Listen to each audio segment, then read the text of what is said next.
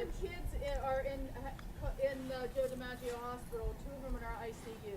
Don't you think the mask would help those children? Do you have any data to suggest that? Do you know if they were wearing masks? I know they weren't vaccinated. Well, they're not right. They're not eligible for the vaccination. I mean, that's not. I mean, you know, well, so you're blaming the kids, saying they weren't wearing masks and so they're in the ICU. With all due respect, I find that deplorable. To blame a victim who ends up being hospitalized. You don't know their story. You don't know what happened with that. And this has been a really negative thing throughout this whole thing with some of these quote experts, some of the media. Somebody contracts a highly transmissible airborne virus, and they're viewed as having done something wrong. And that's just not the way you do it. When people come in, you treat them. You know, we obviously have some people that are not vaccinated that have been admitted to hospitals.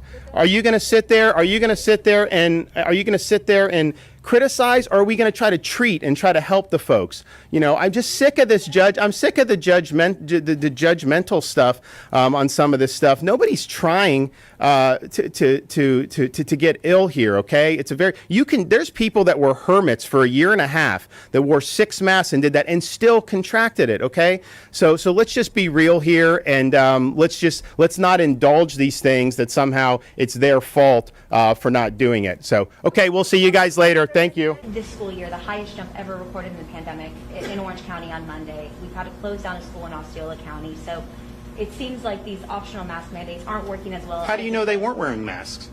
Well, I understand that right now we're seeing the most cases ever, and we have 30% of students. Right, but what percentages of those kids were wearing masks? I mean, the idea that the mask, we have a whole year under our belt in Florida.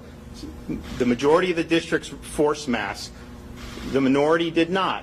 The results were not statistically significant. So yes, there's going to be positive tests. There were last year. There will be now. We're starting school year where the wave had already crested last year and it was really down. This year was more in the middle of it. And so that's just the reality. But to attribute that to the mask, you don't even know that they're getting infected in school. And in fact, the evidence is that they're much more likely to get infected in the community and at home than they are in the classroom. And so I'd be very careful. I understand, respectfully, people in your profession love having kids in masks. I get it. You guys have taken an editorial position on that, very clear. The data doesn't support it. There's a great article actually in New York Magazine, of all places, that went through this 3,000 words, very thorough view of all the evidence and lack of evidence. And I would point to, you know, England just put out school guidance. You have other countries in Europe that have been doing it where they're respecting parents' wishes, and the results have not been any different. So attributing it to that or not, I mean, I think is a mistake. And I think what we've seen is, obviously, most school districts are following Florida law. You don't see any major differences between the districts that are following the law and the districts that are breaking the law, you know, with respect to this. So I would just say that, you know, we're in a situation where I think parents can best apprise that. I also would say, look at how Europe's handled it. Look how England is advising.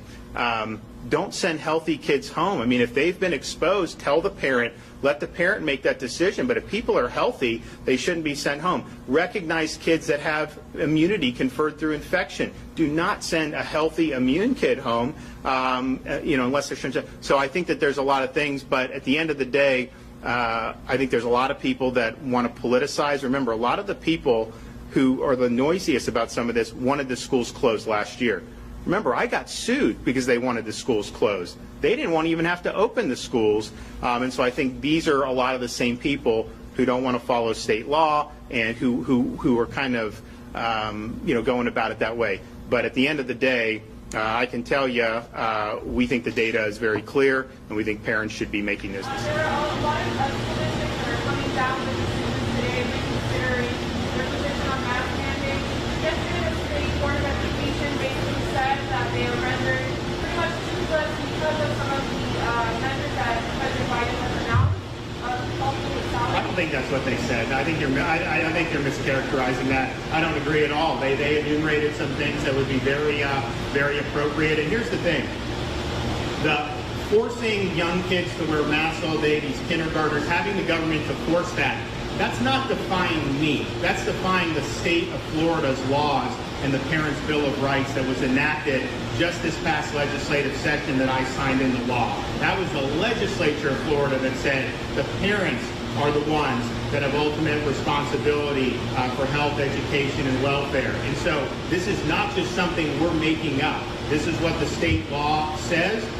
These emergency orders implement the law that the legislature passed. And I can tell you, I know that there's a lot of members of the legislature who say, wait a minute, you're just above the law? You think you can do whatever you want? That's not the way it is. So the legislature has spoken. I've signed it into law. Parents obviously are in the driver's seat here, and that's what the law is. There will obviously be consequences, I think, in probably a number of different ways.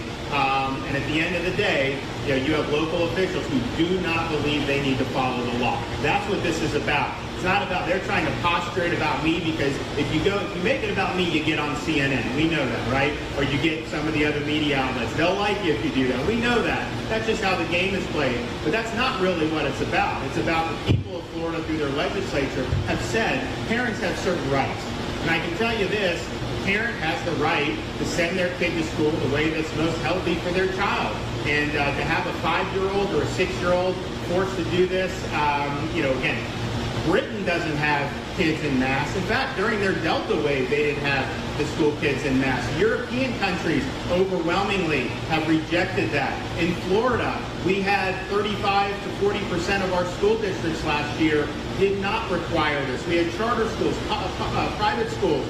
Elsewhere in the United States, you don't see a difference statistically significance in outcome on that. So therefore, it's really up to the parent, and that's not because I say so, that's because that's what Florida law commands. Yes, ma'am. Recently said that unvaccinated individuals have no impact on others, and Dr. Fauci has folks saying that if you're That's not what I said. No, that's not what I said. And not that I ever expect to be quoted properly. What I said was, if you're going to force vaccine mandates on people, just understand that what the data is showing us about the vaccine. The data is showing us you're much less likely to be hospitalized or die if you're vaccinated. That is true, and I think you see it in the statistics. However, the vaccinations have not created herd immunity. And so if the idea is that having herd immunity, you force everyone to do this, and that will create herd immunity. That has not happened.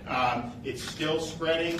People who, obviously in Florida we're going down now, which is great, but that's not what the issue is it creating the herd immunity? Fauci also said if 50% were vaccinated, you would not see any surges anymore. Well, that isn't true.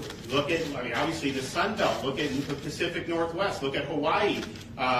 Huge surges that you've seen. And so, but just understand what you're doing. If you're forcing somebody to show proof of this, to eat at a restaurant or to do basic tasks, go to the grocery store. There's some places around, if you look at some of these places that have really gone off the deep end, to say to go to the grocery store you should have to do that. So we're not doing that in Florida.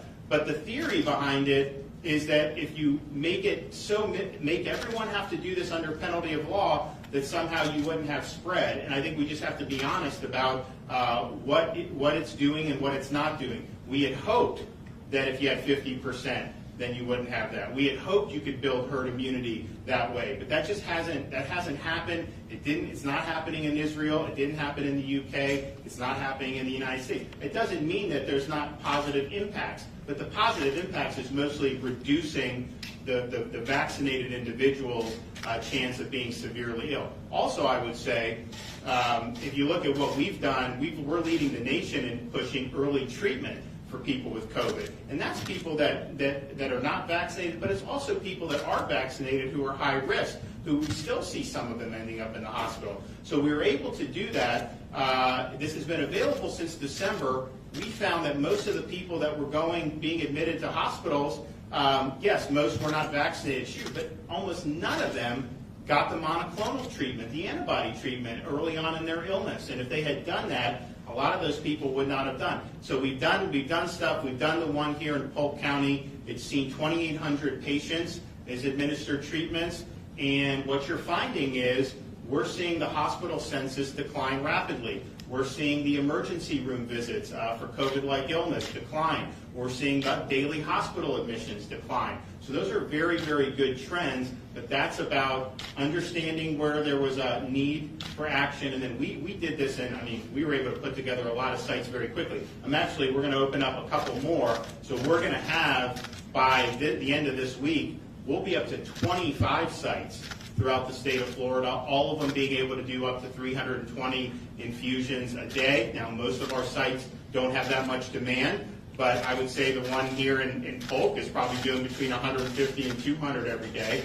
Some of the other ones, like Bonita Springs, they do 300 a day pretty consistently, and then others do around 100. But the point is that by doing that, getting it early, we're keeping thousands of people out of the hospitals, and that's obviously better for their health. It's saving lives for sure, because not everyone that gets admitted to the hospital recovers, and it's also helping relieving a burden on the healthcare system, because we had higher levels of COVID patients. Now that's going down, so we're going to keep this going in that direction. But one of the reasons why we thought that this was something that needed to happen was because, yes, people just didn't seem to know about it, even though it had been available since December. So we've raised the spotlight now. Other states are following Florida. But it was based on the fact that you were still seeing people who were fully vaccinated test positive. Again, we didn't see the herd immunity that we had hoped for.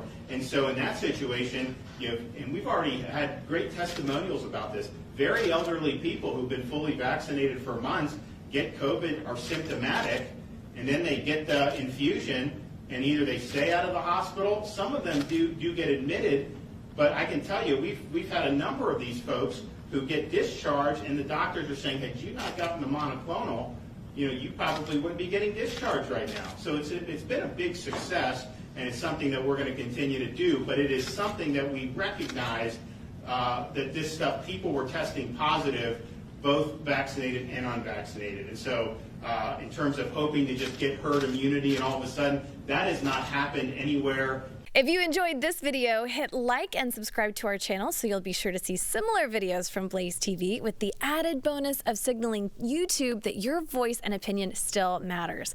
And if you're looking for more great conservative content, check out one of the 2 videos suggested here.